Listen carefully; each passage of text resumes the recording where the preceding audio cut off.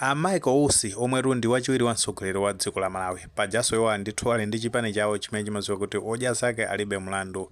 ndipo tenga kuti ndi nyengo ya kampeni iwo ndithu ndi chipani chawo akhala kuzungulira mu dziko la Malawi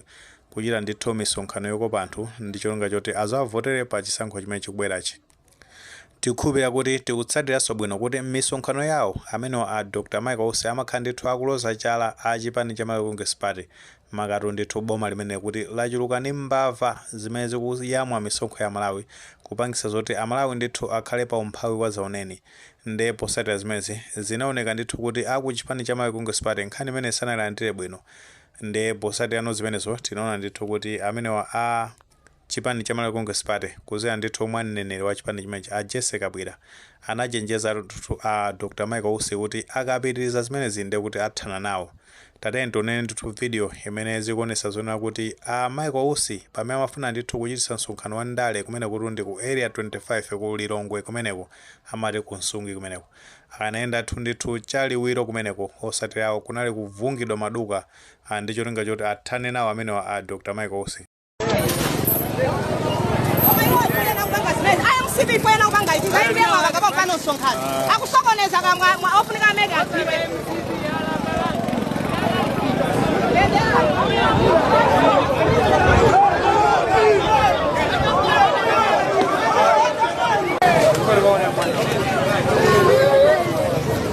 Kuno ndi ku Nsungwi kumene odya zake alibe mlandu amafuna kupangisa msonkhano koma mosadziwika bwino kwachokera miyala chabwino taona ndithu pamenepo amene zakhalira ndithu ka video kameneko akufotokozera bwino kuti odya zake alibe mlandu chimene ndi chipani cha Dr. Michael Usi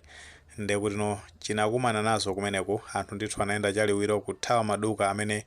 anavungidwa ndi gulu ndithu la Ayamata Azikwanje amene anatumizidwa ndi achipani cha Malawi Congress Party.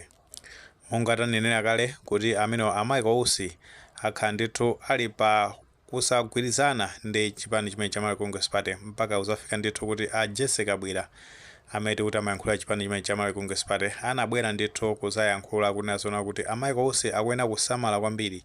makapa chimene ayamba nkhondo imene ayamba ndi kuti sayimaliza Congress ikanguyamba ndithu kufuna kuthana nawo ndi kuti pangazona kuti amenewa afufute ithane nawo ndipo posatira zimene tinaona ndithu kuti amenewa MCP anayuza ndithu ASB tikumbuke ndithu kuti panali pa 31 August 2025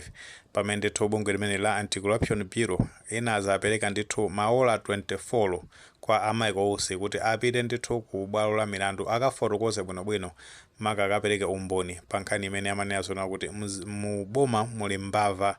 ndi posatira zimezi Michael Usi ndithu anathamangira ku khoti